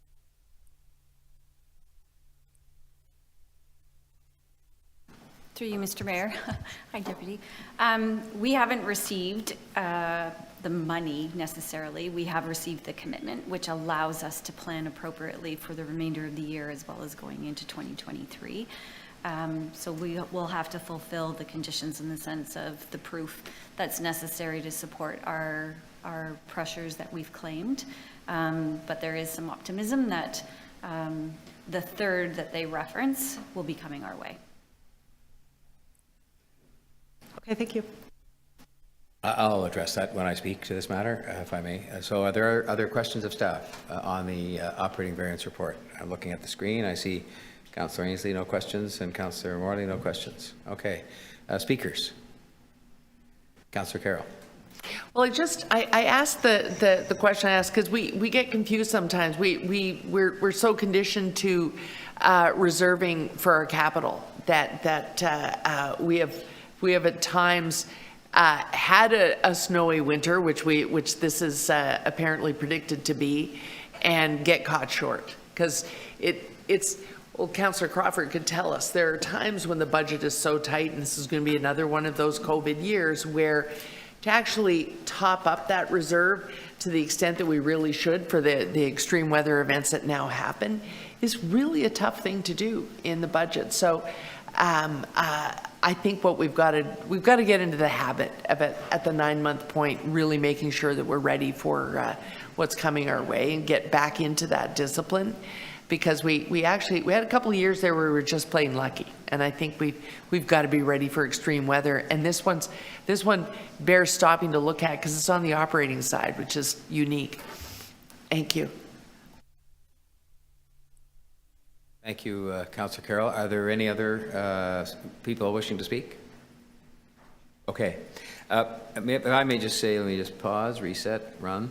I just want to say a few words about this within a broader context, and it maybe helps to provide a slightly more complete answer, although I think Ms. Taylor gave you, as much of an answer as can be given in terms of commitments. But there were some good parts, although very limited, to the letter of November the 30th. There were lots of parts that, there were several good parts. Unfortunately, the part about keeping us whole with respect to development charges is still not precise enough to determine exactly what keeping us whole means. To me, it's a pretty simple concept, which is what we would have got under the old development charge regime and things like parkland dedication minus what we will get under the new regime, and there's a difference in between, and we get that. That's what keeping us whole means, but we haven't yet had clarification in that regard. But one of the other, but the very fact they've sort of said they will keep us whole, I'm taking on faith as being something that is meant to do what it says. We'll see. We have to work on that. I think it was good that they accepted our suggestion that there should be an audit with a jointly appointed auditor and terms of reference jointly set by ourselves and by the province to look at this. And I'm optimistic that when the development charge reserves are audited, and all of the reserves, they can audit any ones they want. These are entirely consistent with common sense management. They're entirely consistent in many cases with provincial law that says we have to keep those reserves, and they just make sense. And I think we will find that we're on the positive end of that audit, so I'm happy to see it take place. But I also should say that it was a good thing that the province stepped forward, because we've been working with them for, no exaggeration, for months about our financial shortfall occasioned by COVID. And I hasten to add this every single time I speak about this, as recently as this morning when we met with the Prime Minister. The amounts that we have been seeking help from the other governments for are entirely related to COVID and what I call the COVID hangover, which of course, as you know, principally consists of monies that we've had to expend on shelter and making sure we shelter in a safe manner from the standpoint of public health, those who are experiencing homelessness, and from revenue shortfalls in transit. And so one of the good parts of the letter of November 30th was that the province stepped forward first, as we'd had every indication they would. Both governments, the federal government and the provincial government, having made commitments to help us with this COVID hangover in writing. And the province stepped forward, having mentioned it in their economic statement and otherwise, and offered this third. And again, you could say, well, I wish they'd offered half or 3/4 or some other such number. I was happy that they stepped forward and at least got the discussion going by offering this third. And I want to say thank you for the fact that they both listened to us and that they have taken this proactive step of putting this a third of the deficit. And you'll note from the report, to go back to Deputy Mayor McKelvey's question, the report does contain the good news that the actual deficit or hangover, if I can call it that, for 2022 did diminish by $103 million at the time this report was being written from the last public number given, and that further than this third, which I think amounts to about $240 million or something like that, from the province, will take it down to a number that's at 400 and some odd million. And so this is what we're discussing with the Government of Canada. I can't tell you, I had meetings with the Minister of State Finance, with the Minister of Intergovernmental Affairs in Ottawa yesterday, and spoke to a number of MPs over the weekend. I can't say that I know that they're going to come through with something, but I did hear the Prime Minister say in his closing remarks, I participated virtually in the meeting this morning with him, that we should all just get through the year. And I took that as something to say, well, fine then, if it's getting through the year when it comes to the City of Toronto, we need a bit more help with respect to COVID. And this is one of those cases, again, to use Councillor Bradford's words, where the complexities of seeing this city through the pandemic in the context of what we had to undertake to shelter people, and I made this point yesterday again, to continue to operate by far the largest and most complex transit system at mostly full service levels, or pretty close to full service levels, certainly now, when we're back to full service levels, pretty much, and when the ridership is still only at 70%. It's up to 70%, but still only at 70%. And again, the calculation here is quite simple in terms of why we're asking for the money we're asking for. It is simply what we are short on revenue that would go to help pay for our service levels near at 100% for people across the city who have to get to work.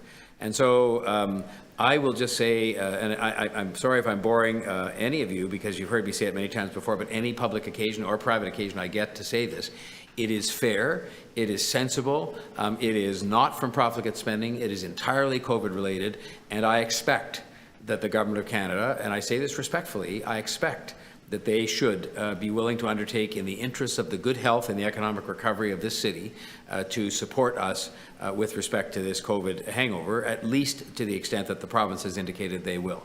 And I've had that discussion many times with them, and we will continue to have it until December 31st if necessary, but we're continuing to work at this. And I just think the merits of this are inescapable and uncontradicted, and quite frankly, what most of the reason why we haven't heard about this before now from either of the governments, and we did hear from the province on November 30th, is because they've been having a ping-pong game back and forth about who should take what share of the responsibility for this.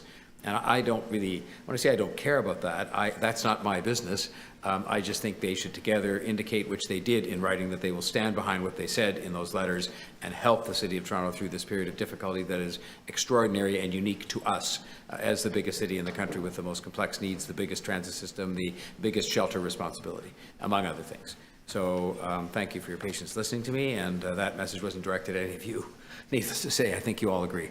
So if there are no further speakers, then I will ask for, where are we here?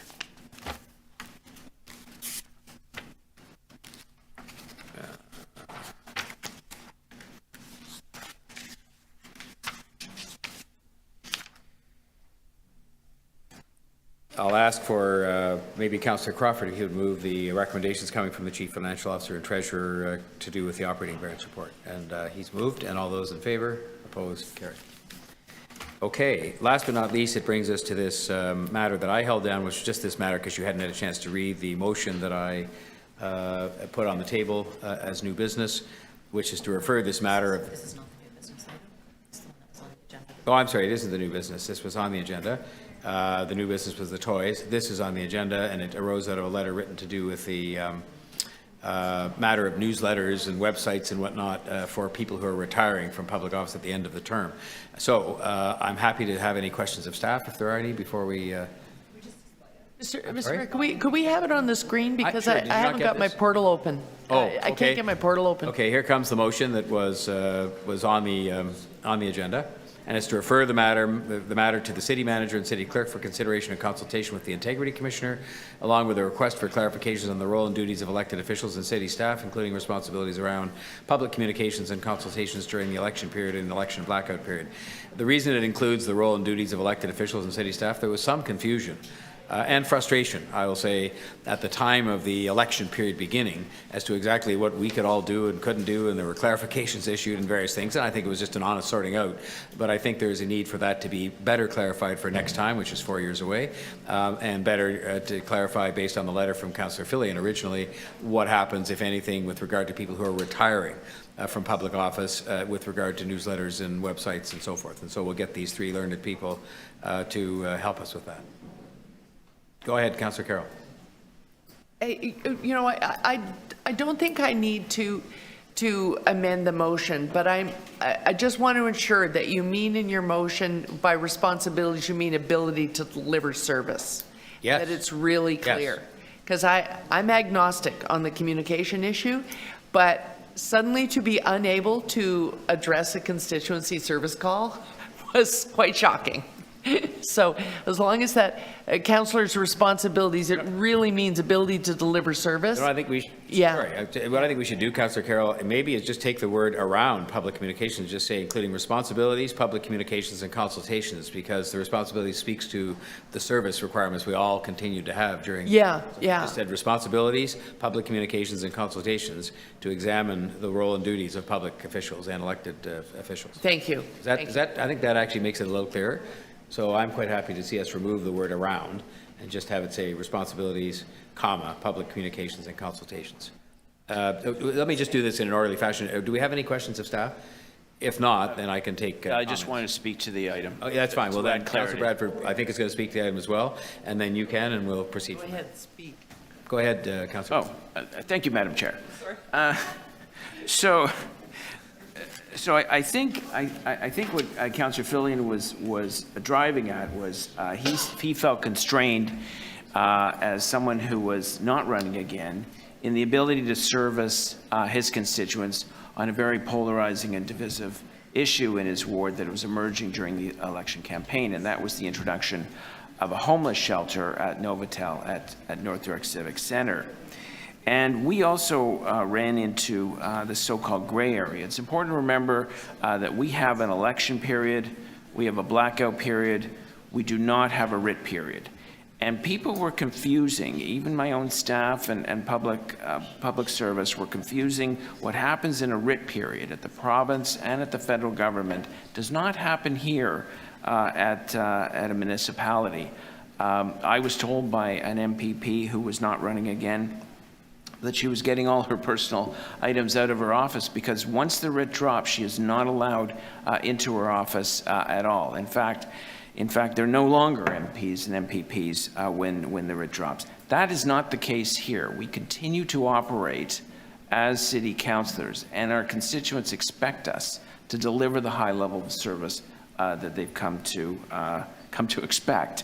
The other thing to remember is a writ period. These elections obviously are very efficient at the federal and provincial government. They're often 5 weeks, 5.5 weeks. We're at 6 months, and that's been shortened. It used to be 10 months.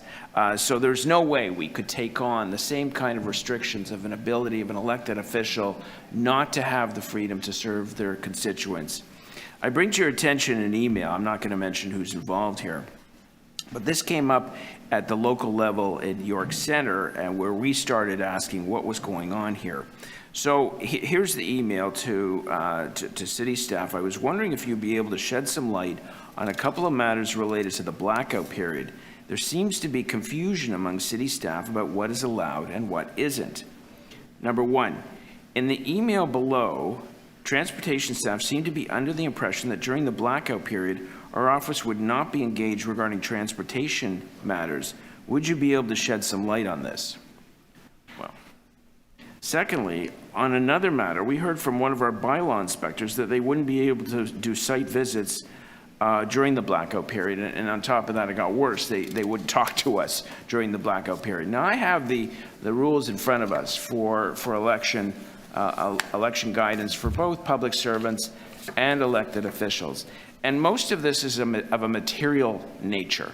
Newsletter, office resources. You can't obviously use public funds to advance your campaign. But it doesn't add clarity on the relationship between the elected official, the councillor, and the public service. And I know that in 2018, my big competitor ran a town hall on basement flooding with the support of city staff. I mean, I just couldn't see how that could be permitted. So I'm glad this motion, I was working with your staff, I'm glad this motion has been expanded, and we have a few years to work on it. How this has been expanded to really add clarity to our city resources policy during an election period, and making sure that all our public service knows what the rules are, and that you can't withdraw, and I'm not preempting the report, but you can't withdraw your support for your constituents or your local councillor. We consistently need the support of staff to continue to do their job and to make sure that the city continues to operate effectively, efficiently, and of course safely. Thank you. Thank you, Councillor Pasternak. Others to speak? Councillor Chang and then Councillor Bradford.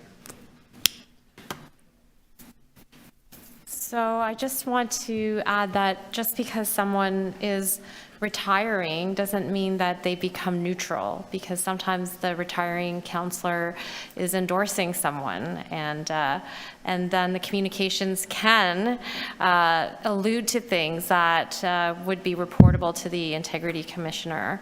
But that being said, I think it is helpful to have a process and parameters that allow for important communications, especially in the event of a crisis, that that the city has a chance to speak. And you know, in the case of the Novotel that didn't end up going through as a refugee shelter, I think there was an independent liaison that was appointed. And if there were some kind of parameter that allowed her to continue to update the community via the channel of the councillor. So the emails would have to say, you know, this is regarding this issue to this email list of the councillor on behalf of the city.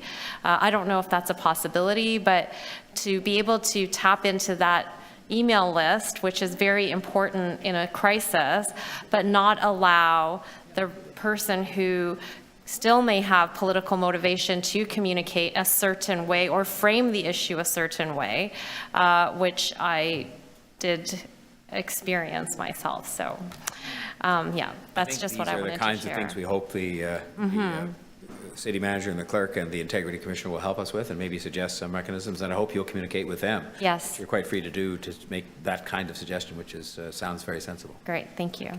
And then I had Councillor Bradford to speak. Thanks, Mr. Mayor. Just briefly, I'm assuming that this would come back to exec. I don't know, is that your understanding? Yes. Okay. And the language, I'm very comfortable with this. I think this is a great motion. But it says in consultation with the integrity commissioner, city manager. I would like, and I'll ask the integrity commissioner or the city manager to consider reaching out to councillors as well, because that experience that Councillor Pasternak had was not unique, and I'm not going to dunk on staff here, but we did not hit the mark on how to deliver the constituency services that are needed. And there's a lot of awkward and embarrassing emails, I think, in the inbox of miscommunication and misunderstanding, and left hand not talking to the right hand, even within divisions, talking to different staff within different divisions.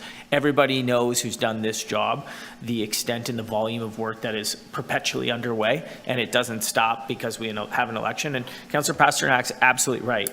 Provincial, federal government, 36 days. The election in the spring, 36 days. Ours, 6 months, 5 months, but like the pens down sort of August 1st, that's still 3 months.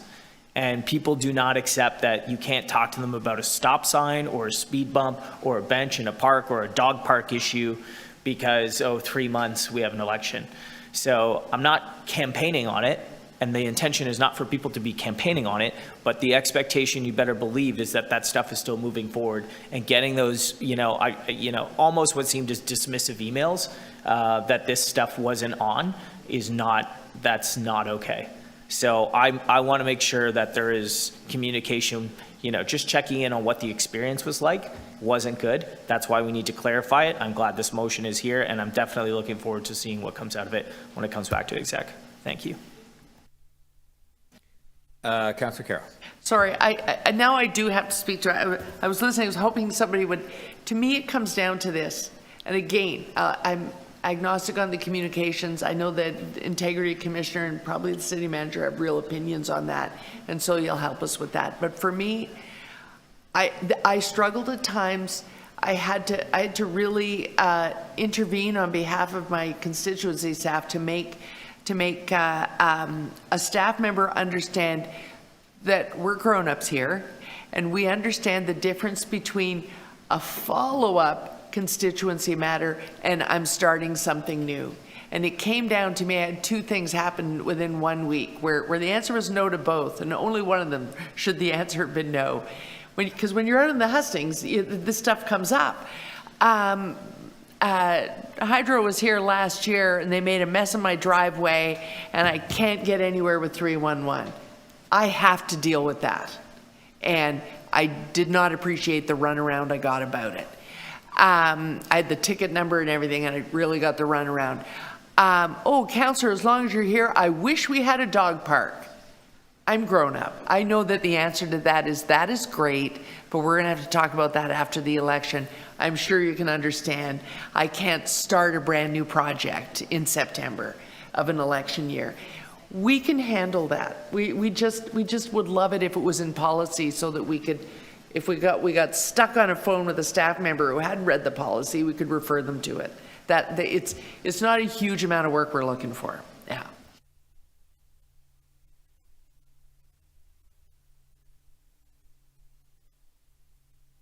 Councillor Morley, over to you. I comment elected member of council that my experience at my colleagues table. But sorry to interrupt you there. I think you may be speaking without headphones, and it's picking up intermittently your voice, and I don't know if you have the ability to put in headphones, because I think it's sometimes just the microphone cutting in and out, and it makes it difficult for us to hear what you're saying. Thank you. I'll just stop, reset the clock here. Thank you. It may even be her internet. It seems to be a little choppy. Could be. It may be your internet. We maybe go to all this trouble of finding the headphones and find it's the internet, but we'll just take a try. Yeah, and the other thing, Councillor, is sometimes if you turn the video off, depending on what's going on, it helps.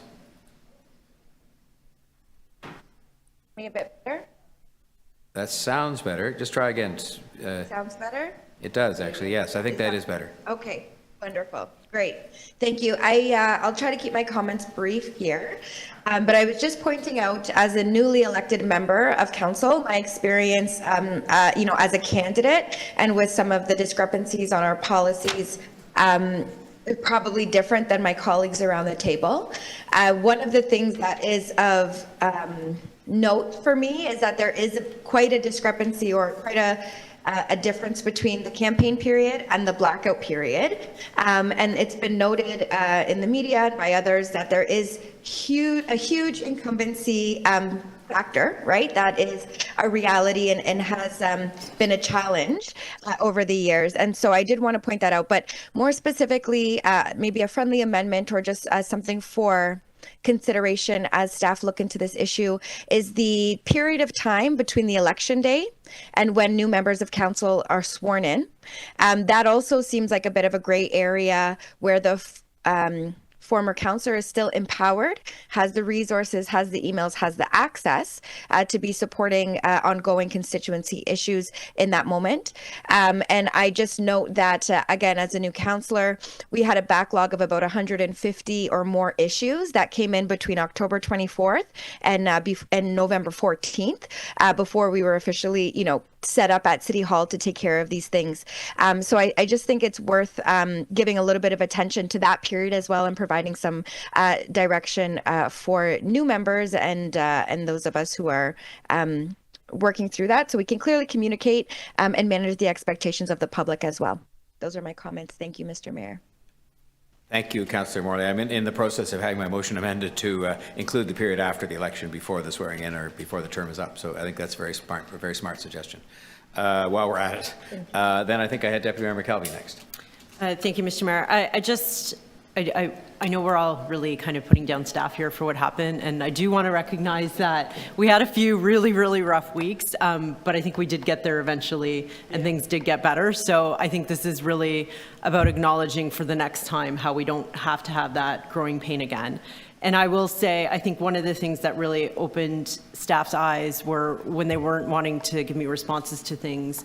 I said, great, I'll give you the resident's phone number and you can call them. And I think it was a bit eye-opening to see how many constituents we deal with. And sometimes they're not nice. Sometimes they're very nice people, but sometimes they're quite angry because something in their mind they feel has been dropped. And so, I think that as we work through this process together to make sure it's better in 4 years, that's something to kind of keep in mind, is like, we do play an important role as a buffer in many cases for city staff, and we do often shelter them from some of the comments that are said when they're angry, when their 311 hasn't been responded to or something hasn't been dealt with. So I just think that's something that also should be kept in mind as we work this process out, so we don't have a rough time in 4 years. Thank you, Councillor McKelvey. Others wishing to speak? Anybody? Well, I'll just speak for a moment. I have this motion and it'll be ready momentarily. Oh, it is ready. So what I've done with it is the one that was in your package, but I've now just amended it to ask that, where is it here? The above noted officials are also requested to consult the mayor and city officials to obtain their perspective. So I put that in. And then I also just added the period after the election and before the end of the prior term. So that it covers that period of time as well. because there can be a bit of confusion then. There's no confusion as to who's in office, but there can be a confusion as to who's got what responsibility and who should be communicating what. So I think it's wise while we've got them looking at it and while they're going to consult us to talk to us about all those things. And may I just, in speaking, just concur in all the comments that have been made. I mean, I certainly found, I never mind, and I have made myself extremely accessible to the media, and I'm happy to do so, but I found it ironic, not just to the public, but to the media. I could answer questions on 100 different things, but I couldn't actually interact with officials. I couldn't attend announcements of things the city was doing, even though I would be accountable for the consequences of those announcements. And so I think the key distinction, and I guess I commend this to the three people that were asking to look at this, is to make sure we focus on the distinction that Councillor Pasternak pointed out, which is that I was the mayor, those here who were incumbents were councillors throughout that period. And while, yes, the policy should make sure nobody takes advantage, and in particular nobody uses public resources to advance their own interests or to hurt anybody else's, that at the same time we have a job to do. And if people want to have the term end and have a writ period like they do federally or provincially, then they should change the law, and we could do that. And that might be simpler, but again, that's not the way it's set up, never has been, and I'm not suggesting we do that, but I'm just saying that would be simple. Because then during the writ period, like they say, the legislature and parliament are dissolved, and those people are not members of parliament. Whereas in our case, we are councillors and mayor during the election period. So I think that this is a very worthy thing for our three public service colleagues, and well, one accountability officer and two public service colleagues to take up, and we'll look forward to hearing back from them. All right, so we have this motion as it's been amended, and it's in front of you somewhere. I'm ready. Is it up? Can they see it? There it is, coming. There we are. There we are. So that's the motion that's on the table here, and I'm ready to call the question. Did you're ready for the question, Councillor Pasternak? Oh, okay. Then I'll call all in favor. Opposed? Carried.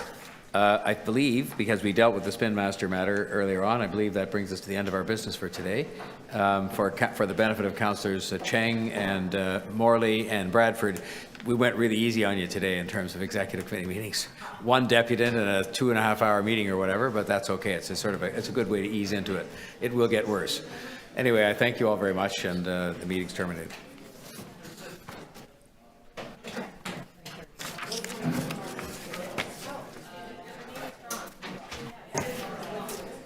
Excellent. That was Well, that was very